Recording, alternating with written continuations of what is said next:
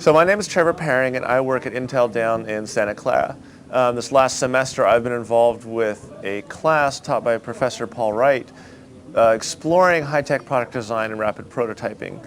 In this class it's been an opportunity for me to bring some of the projects and ideas and techniques that we use in industry, bring them to the academic setting where a class full of creative students can take those ideas and come up with some really neat concepts.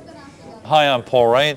I'm a professor in engineering, and today we had this big trade show of our annual high-tech product design and rapid manufacturing class. So there's really two pieces of technology that Intel has brought to this class. The first one is a concept called the personal server or the body server, which is a small computer which you would have on your belt or in your shoe or carry in your handbag, which kind of provides a center coordinating point for a lot of these wearable components that the class has been developing. And the other piece is a small quarter-sized electronic radio that the class has used as a centerpiece for these wearable components. And by providing these concepts and prototypes and circuits to the class, it enables them to create these advanced prototypes around them. The 12 or 13 projects in the class all have that general theme, something that you can wear, which is not much bigger than a pager, or straps on you, or it's just part of your daily routine. And yet through the sensors and through the radio, you're in communication with a broader network and your daily life is helped. My name's Tim Kirk and I'm a member of the Intro group.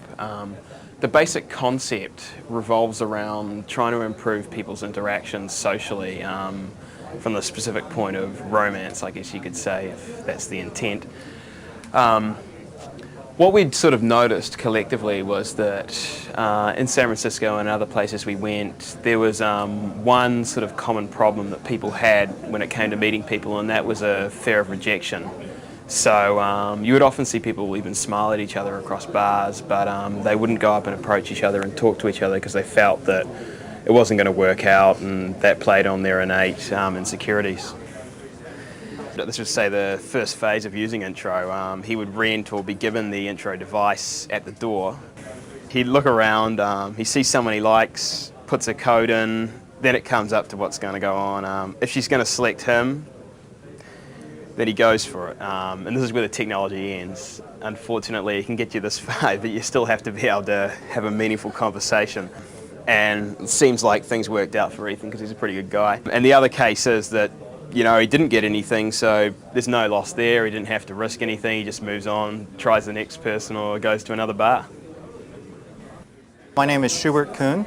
The name of our device is it's called Kid Care, and basically it's a device that will help parents find their kid. Generally when they're shopping or they're at an amusement park or they go to a sporting event and that sort of thing, if their kid gets lost, this device we believe is a way to help them track their kid. And it's basically two devices that we've designed. This is a pager-like device which is worn by the parent. And basically the kid would wear this device kind of inconspicuously on himself like that. Here the parent and the child are arriving at the shopping mall, and he's asking the kid to put on the child tracking device. They enter into a store together. At this point, the parent is basically involved with his own business, looking at items for his car, and the kid happens to just wander off, which actually happens quite a bit. And the next thing that the parent knows, he turns around and says, "Oh my God, where has my kid gone?" He hits this button, and it rings a buzzer on the child's device, letting the child know, okay, my parent is looking for me, I'm just going to stay where I am. The pager will indicate where the child is. In this case, he's in a Toys R Us store, and the parent is then able to go to the Toys R Us store and find his kid. This group of students went to the Safeway parking lot and they watched people struggling with their groceries. So they developed this little radio-controlled anklet. So it looks a little funny. You can wave your legs around, and in certain gestures you can open the trunk of your car. And then, you know, the idea being obviously that you can easily download your shopping into your trunk. This will send signals to the body server, which is right now being controlled by our laptop. So like say one simple gesture, I go like this, and you see the green light, green LED going off. So this is something like say opening of the car door. My name's Nick Romsevich. Our product is called the Bodyguard. Basically, the Bodyguard was designed for climbers and outdoor enthusiasts. The first device incorporated into the Bodyguard is the accelerometer, which is worn on the wrist.